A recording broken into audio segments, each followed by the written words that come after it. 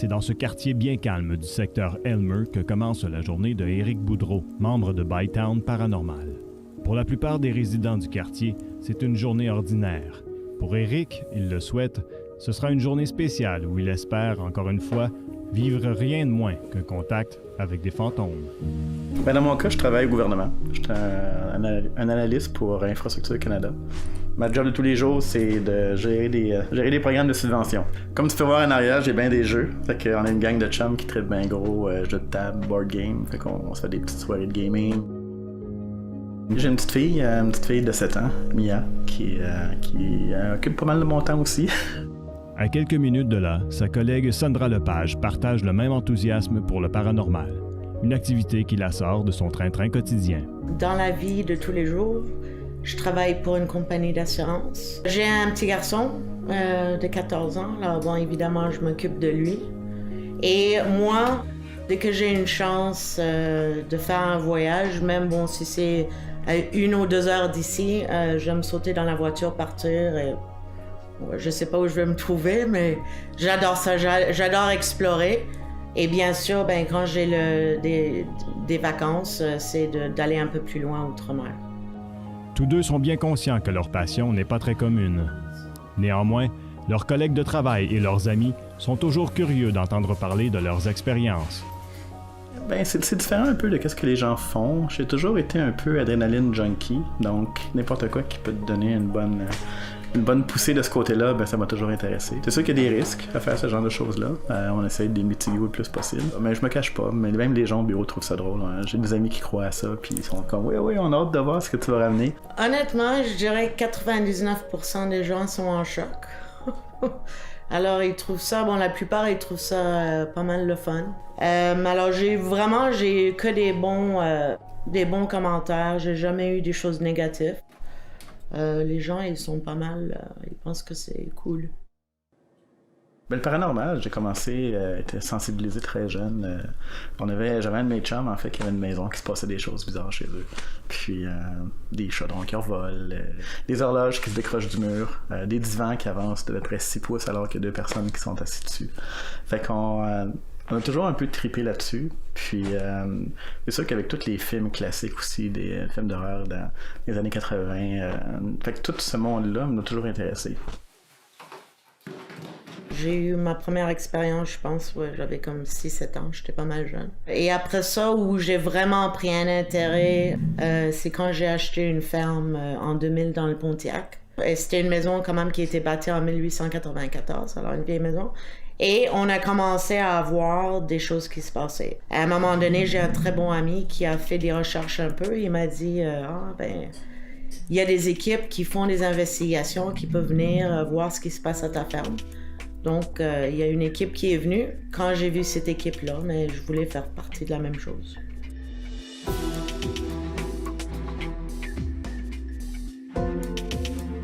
Aujourd'hui, l'équipe de Bytown Québec se joint à celle d'Ottawa pour faire une enquête du côté ontarien.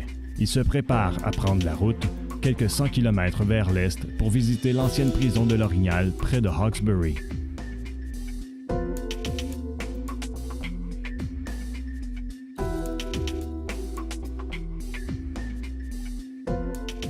Les prisons, en général, c'est des endroits où il y a des gens qui ont un passé trouble. Donc, souvent, c'est des gens qui changeront pas après leur mort. Donc, on sait jamais quel genre de contact qu'on va avoir avec eux.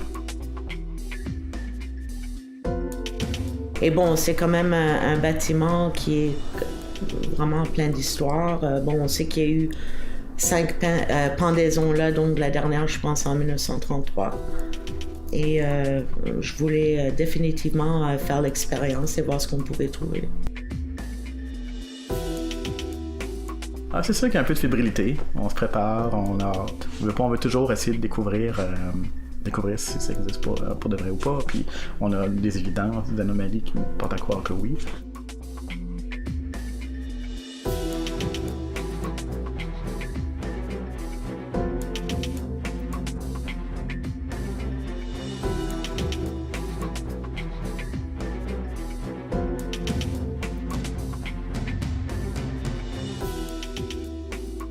C'est sûr que bon, c'est quelque chose que j'adore faire. Alors bon, tu sais, je suis toujours excitée de faire une nouvelle investigation. Des fois, on a certains cas que, ouais, ça crée une anxiété. Bon, même, je l'admets, ça me fait peur. Fait que c'est sûr qu'on est un peu plus fébrile dans ces cas-là. Mais dans ce cas-là en particulier, les gens qui s'occupaient de la prison ne nous ont pas rien rapporté de négatif. C'est ça qu'il y a eu, quoi, si je me rappelle bien, 5 pendaisons sur le site, dans lequel il y avait une pendaison où on pense probablement qu'il y avait des gens qui étaient innocents, alors qu'il y en a d'autres qui étaient, en tout cas, d'après leur passé, puis d'après ce qui avait été rapporté, étaient quand même des criminels assez violents. Donc, notre but, c'était essayer justement de générer assez d'intensité dans nos questions, puis rapprocher le plus possible pour avoir des réactions. Pour la première centaine d'années environ, on pouvait avoir toutes sortes de prisonniers. On avait des meurtriers, on avait des voleurs, on avait même des gens qui étaient considérés comme cinglés. À la place de les envoyer à des hôpitaux, on les apportait ici. On avait aussi des femmes qui étaient arrêtées pour séduction. Donc c'était vraiment toutes sortes de crimes. Puis on a même eu 5 exécutions aussi. Environ à partir du 20e siècle, on a commencé à avoir plus des crimes un peu plus mineurs. Donc c'était vraiment s'il y avait des voleurs ou des gens pour charge de drogue, vraiment des crimes plus mineurs. Puis les gens qui avaient des plus grandes charges comme meurtre, on les envoyait à des prisons à haute sécurité. Quand on arrive, la première chose qu'on fait, c'est d'habitude, c'est qu'on débarque notre matériel. On va retourner voir le client, on reparle un peu de l'approche, du synopsis, de l'investigation, qu'est-ce qu'on va faire, où et quand. Puis après ça, on commence à briser notre équipement partout dans les pièces. Ensemble, Bytown Paranormal Ottawa et Bytown Paranormal Québec possèdent tout un arsenal de matériel. On a beaucoup de matériel, on a des caméras, on a des enregistreurs vocaux, on a des équipements qui mesurent les champs électromagnétiques, température. Donc, on a beaucoup de petites pièces qu'il faut faire attention, il faut manipuler de façon avec des précautions. On a plusieurs appareils ici. On a plusieurs, ce qu'on appelle les trigger props. C'est des systèmes qu'on espère qu'il va générer de l'intérêt. Ces petits toutous-là sont remplis avec plein d'équipements, comme on va utiliser ce soir, qui mesurent les champs électromagnétiques, mesurent les changements de température. Si les entités leur touchent, aussi ils sont interactifs, ils le mentionnent. On a des caméras, comme une petite caméra full spectrum ici, style GoPro, avec un bloc de charge. On a aussi une caméra de l'autre côté qui est en live feed, en haut là-bas, qui permet de, via le site web, montrer au monde qu'est-ce qu'on fait. Qui est avec des lumières infrarouges, un peu comme ceux-là ici. Je vais juste vous l'allumer. Vous voyez des petits spots rouges dessus. C'est les lumières, justement, c'est les LED infrarouges qui permettent d'éclairer la pièce, comme vous allez pouvoir voir à noirceur. Vous allez pouvoir voir à l'autre bout là-bas, on a une caméra qui est justement une des 4 caméras qu'on a qui est reliée à notre DVR, qui nous permet d'enregistrer en continu. C'est des caméras qui sont infrarouges, donc on permet de voir à noirceur. Et puis on espère pouvoir capturer dans ce spectre de lumière-là des variations et des anomalies.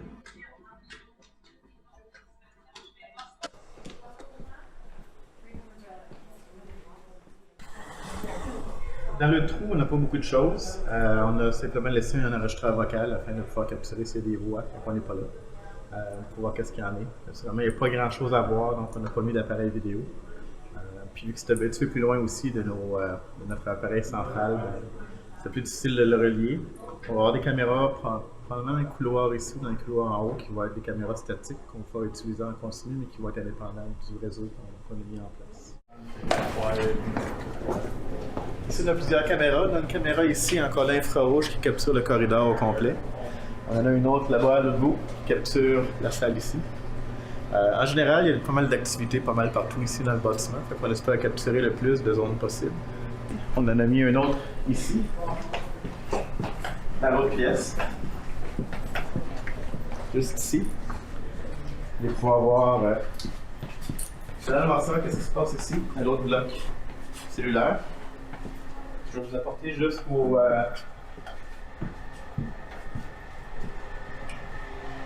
ici c'est notre camp de base, donc les caméras vous pouvez les voir live. C'est des caméras qu'on va monitorer durant toute la soirée. Ceux-là vont être fixes, on a quelques statiques qu'on va pouvoir réviser après l'événement. Ce qu'on va avoir aussi, c'est qu'on va avoir des appareils comme ceux-ci, donc des des appareils qui mesurent les champs électromagnétiques et la température, ainsi qu'un bon vieux un K2 qui permet de voir les variations des champs électromagnétiques aussi, mais qui est plus facile avec les lumières. Puis durant la soirée, vous allez peut-être me voir utiliser cet appareil-là sur mon cellulaire. C'est un appareil d'imagerie thermique, donc on permet de voir les déplacements de chaleur et de froideur. Ce que je vais chercher, c'est d'essayer de voir des anomalies qui pourraient représenter des entités autour de nous tout au long de la soirée. On va avoir des caméras aussi qui vont nous filmer avec notre équipe, qui va être équipée avec des appareils infrarouges puis ultraviolets pour nous capturer en full spectrum, donc avoir le spectre de lumière au complet. On essaie de positionner justement où est-ce qu'on a entendu parler qu'il y avait des bruits de pas ou des vibrations sonores. On a des équipements qui capturent des géophones qui nous permettent de capturer justement ces vibrations-là. Donc on met des caméras sur l'appareil pour voir justement si on enregistre de quoi. Toutes les caméras sont timées aussi, donc on peut savoir à quel moment ça se passe. Fait que souvent pour une même séquence, on a plusieurs appareils en même temps qui nous permettent de capturer différents angles ou différents paramètres. Donc, ça vient tout le temps corroborer si on a une anomalie ou ben non, c'est pour ça qu'on a un PVE. Des fois, il y a d'autres appareils qui permettent d'avoir capturé la même chose. Après avoir terminé l'installation, l'équipe fait une tournée de la prison avec Catherine Roy, guide du musée, pour en apprendre davantage sur les prisonniers qui y ont résidé depuis sa construction.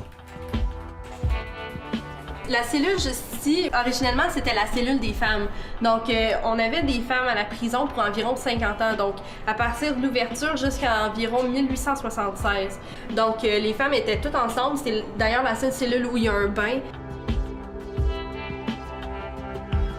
Ici, c'était la salle de classe, donc les prisonniers avaient le droit dans le fond, de suivre des cours d'études secondaires ici. On a aussi le long des murs les chaises originales qui étaient dans le jury au 2e étage, parce qu'on a toujours la cour qui est toujours en fonction aujourd'hui d'ailleurs en haut. Donc ça, c'était les chaises originales du jury qui étaient ici il y a près de 100 ans. Ce bloc cellulaire-ci est particulier parce qu'on a des cellules doubles dans celui-là, même quadruples dans le fond. Donc, il y a 4 lits par cellule, c'est quand même extrêmement tassé. À l'origine, c'était des cellules doubles, mais à cause de surpopulation, on a dû racheter des lits superposés. Donc, à l'origine, il y avait 3 cellules ici, mais on a construit un corridor de sécurité à l'arrière des blocs cellulaires. Donc, la première cellule au bout, on a dû la séparer en 2. Donc, ce qui reste de la cellule, c'est maintenant considéré la plus petite cellule au Canada, qui fait environ 2 pieds de large et puis 10 pieds de long. Dans le fond, ici, c'est la salle de solitaire. Donc, nous, c'est la cellule d'isolement. Nous, on appelait ça le trou. Donc, les gens pouvaient venir ici si jamais il y avait des comportements violents envers les autres prisonniers ou avec les gardes. Si jamais les gens étaient admis en prison puis étaient intoxiqués, on les apportait ici le temps de vraiment... de digérer tout ce qu'il y avait dans le corps parce qu'on voulait pas apporter des gens qui étaient sous l'influence avec les autres prisonniers pour éviter des conflits. Aussi, des gens tentaient de se suicider, on les apportait aussi ici pour leur propre protection. Donc, dans les années 1800, la salle ici était complètement dans le noir. On n'avait aucune lumière. Donc, un garde entrait dans la salle et puis allumait une lumière pour 10 minutes par jour. Donc, 23h50 étaient passées dans le noir total. Notre groupe est vraiment axé sur le côté historique. On essaie d'amener une vision différente des événements qui peuvent avoir lieu. Des fois, il y a de la documentation dans les archives, des vidéos. Le côté paranormal, des fois, amène peut-être des réponses que des fois, ça n'a pas été capturé dans les écrits. Donc, on essaie toujours de trouver une manière de corroborer ça, ou au moins d'utiliser l'histoire pour faire un lien avec ce qu'on fait. Ça, c'est les premières choses. Et après ça, c'est de vraiment commencer l'investigation. Alors, avec un bâtiment de cette taille-là, c'était de diviser les gens en groupes, qu'il n'y ait pas trop de monde en même temps, et qu'on puisse essayer de couvrir le plus possible d'espace avec le temps qu'on avait ce soir-là.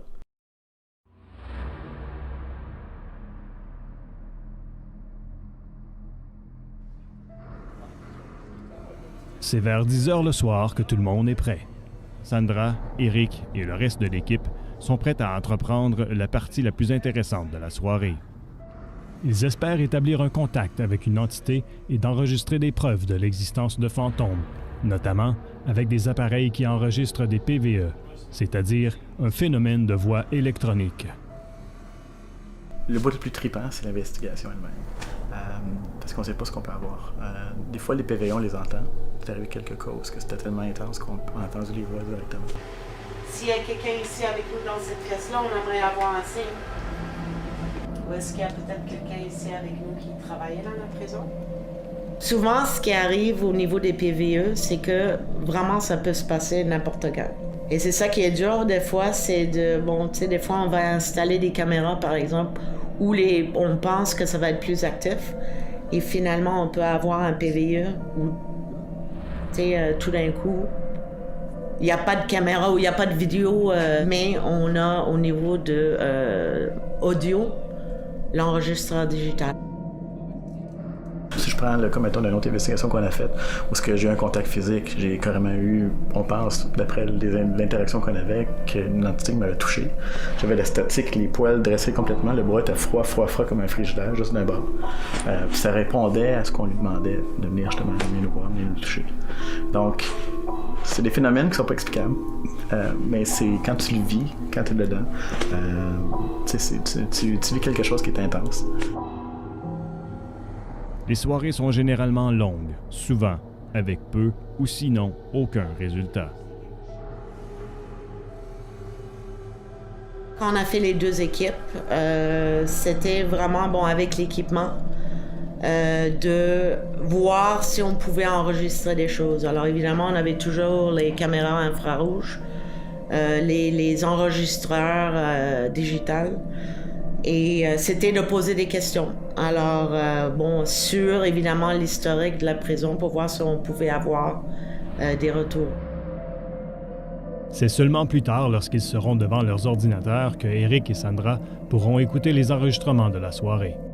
Mais alors que les caméras de la TVC sont encore présentes, un événement intéressant se produit à l'étage où l'équipe de Sandra est positionnée. On a un petit camion métallique qu'on accroche un appareil dessus qui crée un champ autour. Puis dès qu'il y a quelque chose qui transperce le champ, le camion, il y a un petit buzzer qui se fait aller dessus. Dès que j'ai commencé à poser des questions sur un des prisonniers, Clément Goyette, qui avait été pendu, au sujet de sa petite fille, parce que quand il a été mis en prison, il a dû donner sa petite fille à garder à sa sœur. Et ça s'est déclenché, mais vraiment, c'était à ce moment-là, une fois que ça a commencé, c'était sans arrêt. There's a little toy truck on the table. It's not going to hurt you, but if you do touch it, it'll let us know that you're here. Clément Goyette, si vous êtes là, est-ce que c'est possible de nous dire ce qui est arrivé avec votre petite fille? On aimerait vraiment la retracer, le personnel de la prison.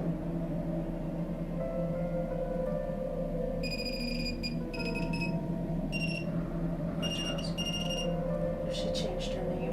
For the prisoner, Clément Goyette, they said Kat said that they're trying to retrace the daughter. His sister started looking after her. Okay, so car's lighting up. Yeah, the trigger Can problem. you stop touching it? Vous allez voir notamment Cody dans un de ces vidéos-là, ce qui va dire « Pouvez-vous arrêter de jouer avec » et on cue la vidéo, l'appareil arrête de sonner. Quand ça se produit, je veux pas, on a les poils qui dressent un peu ses bras, puis comme on me disait tantôt, l'adrénaline monte un peu. Fait que c'est toujours le fun de voir ces appareils-là interagir. Et ça s'est passé à 2 ou 3 reprises. Alors là, c'est ça c'était intéressant parce que tout de suite quand on demande quelque chose, ça réagit en conséquence. S'il y a un enfant ici, est-ce que vous aimeriez que je laisse peut-être le camion ou un des nounours ou la poupée?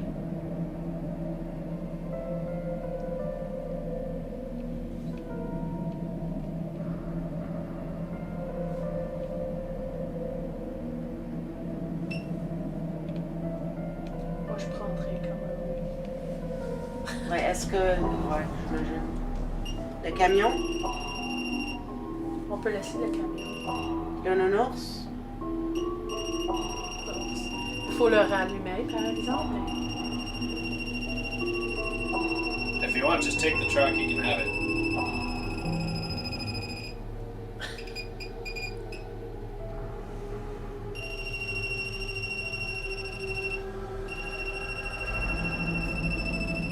cellular battery. Can you stop touching it?